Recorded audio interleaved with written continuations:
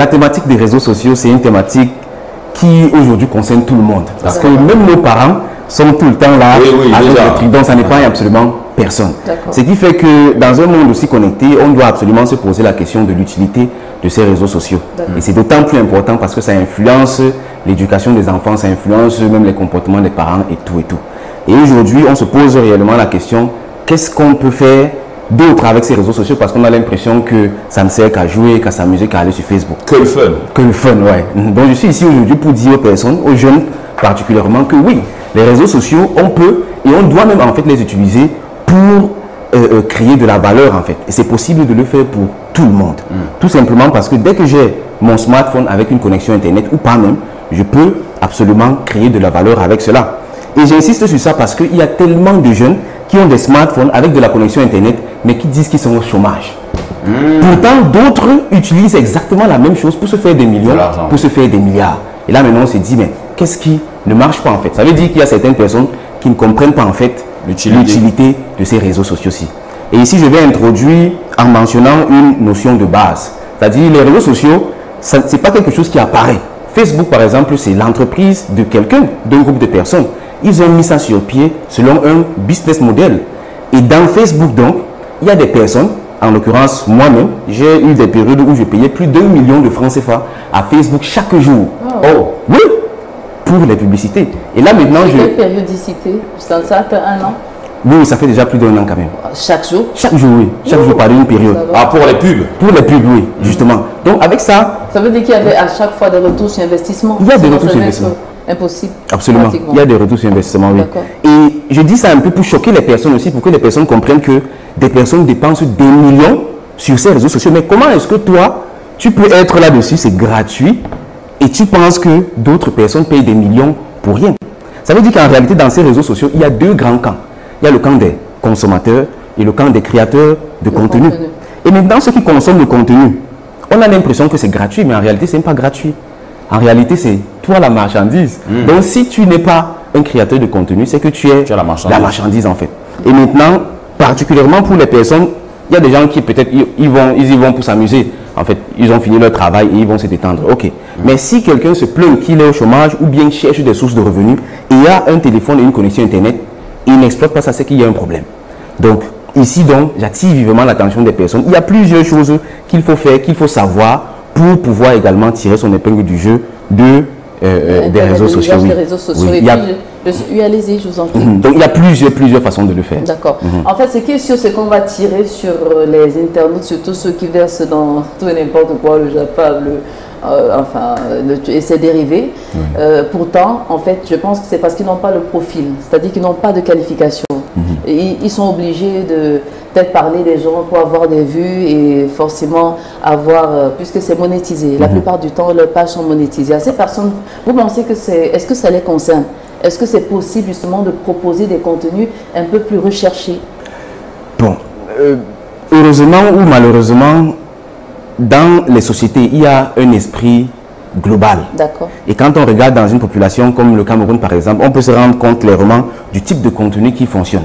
Si quelqu'un va sur les réseaux et il offre un contenu de pointe avec des notions techniques et tout, il aura malheureusement peu de vues. Pourtant, s'il va faire du n'importe quoi, il aura beaucoup plus de vues. Mais on est clairement en train de se poser la question, où est-ce que ça nous mène? Parce que quand on va dans une société comme la Chine par exemple ou la Corée du Sud, là-bas c'est totalement l'inverse. Quand tu fais des blagues, tu n'es pas vu. Quand tu fais du contenu de pointe, tu es vu. Donc ici maintenant, ça c'est également, là-bas c'est un peu un débat parce que ces personnes qui font du Japap et qui gagnent de l'argent avec, tirent déjà leur épingle du jeu. Donc le message c'est beaucoup plus à ceux qui sont là comme des consommateurs et qui se plaignent d'être au chômage.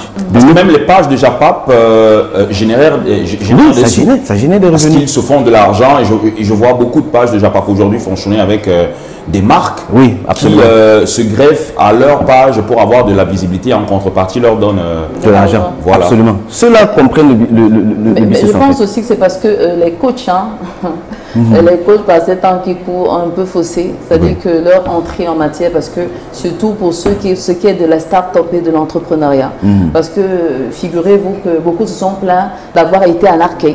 C'est-à-dire qu'on met tout dans le branding personnel, c'est-à-dire, vous appelez ça la valeur perçue. Oui. On vend le rêve en fait. Et pourtant, en arrière-plan, c'est pas toujours ça. Ça fait que les personnes qui veulent rêver et penser le changement, entrer dans cette nouvelle dynamique-là, après, elles se disent que finalement, c'est mieux d'aller suivre même le Congo-Ça. Parce que ces gens-là, finalement, eux tous, ils sont pareils. Absolument. Ça, c'est très vrai, c'est malheureusement vrai. Parce que la société, ça évolue beaucoup plus dans le sens du paraître, ce qui fait que les personnes se limitent tout simplement à ce qu'elles voient. Quand on regarde par exemple un Dangote, on a l'impression que le gars il a commencé étant riche. Pourtant en réalité c'est pas ça, le gars il a commencé très bas, il a charbonné et puis il travaille 18 heures de temps chaque jour. Ça on ne voit pas. Et c'est sur ces leviers psychologiques là donc que les personnes jouent également pour se présenter comme étant des personnes très à l'aise, qui ont de l'argent, qui ont des moyens. Pourtant derrière il n'y a rien. Et ici, donc, c'est le moment justement d'insister sur la conscience, sur l'état d'esprit des personnes, parce que c'est de là que tout part en fait. Si, dès la base déjà, on n'inculque pas aux personnes, moi j'aime beaucoup insister là-dessus, sur l'éducation même. Et les réseaux sociaux peuvent également très bien être utilisés pour ça, c'est-à-dire inculquer aux enfants les valeurs basiques du travail, les valeurs basiques du succès, de façon à ce qu'en grandissant, on comprenne réellement que quand on voit le succès, c'est parce que derrière, il y a vraiment des nuits blanches, il y a vraiment beaucoup de travail. Et que le succès n'est que la face visible de l'iceberg. Absolument. Et que tout le travail abattu, on ne le voit pas. On ne le voit pas, exactement. Okay. Et donc, pour sortir, qu'est-ce qu'on devrait donc retenir, en somme? Donc, en somme, ce qu'on doit retenir, ce qu'on peut retenir, c'est que ce qu'on appelle téléphone-ci, quand on a un smartphone et qu'on a une connexion Internet, on a le monde à notre portée. Parce qu'aujourd'hui, on vit pratiquement dans nos téléphones. On a fait des statistiques et on se rend compte que des personnes peuvent regarder plus de 1000 fois leur téléphone comme ça par jour. Ah ouais. C'est incroyable en fait. Je peux vous citer par exemple, on a Lucas Filatrio, on a par exemple, ça c'est entre autres, oui. On a, comment on l'appelle, Dog Bidi, voilà, qui se font, ils sont assez connus. Voilà. Et je crois qu'ils drainent beaucoup de followers et ça va de soi parce qu'ils proposent des contenus culinaires et tout, très appréciés. On dit que chacun dans son domaine peut bien se positionner. Absolument. Chacun dans son domaine peut exceller.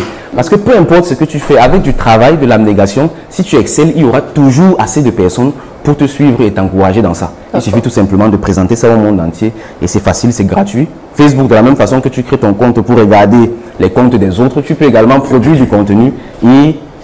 c'est aussi important de se former. Oui, de se former. Il y a beaucoup de petites formations de base, de storytelling, et vous le faites aussi de temps en temps? Oui, on le fait également. Dans nos meet-up qu'on organise gratuitement, une fois par mois, on aborde des thématiques. Notre thématique de base, c'est la crypto-monnaie, la blockchain, mais au-delà de ça, on aborde également des thématiques comme étant le community management, le management des réseaux sociaux et tout, pour que les personnes soient vraiment prêtes à embrasser ce nouvel univers qui se trouve dans nos téléphones. Magnifique. Vous le faites souvent à Yaoundé?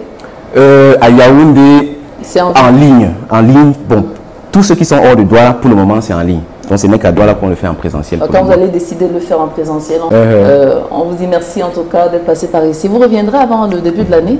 Oui, certainement, avec plaisir, toujours avec plaisir. Et là, juste pour mettre la puce à l'oreille aux personnes, tous ceux qui s'intéressent à l'écosystème crypto et blockchain, vu que c'est la base, même le fondement même de notre mission, de notre travail, en janvier, on offre justement une formation gratuite. Ah, super. Pour tous ceux qui sont du côté de Douala uniquement, vu que c'est en présentiel, tous ceux qui veulent toucher du doigt ce que c'est, parce que beaucoup de personnes ont peur, il faut qu'on les encourage à le faire. Donc on offre une formation gratuite, juste nous contacter et puis les personnes pourront s'inscrire et puis participer. Merci beaucoup coach, excellente journée. D'accord, merci beaucoup.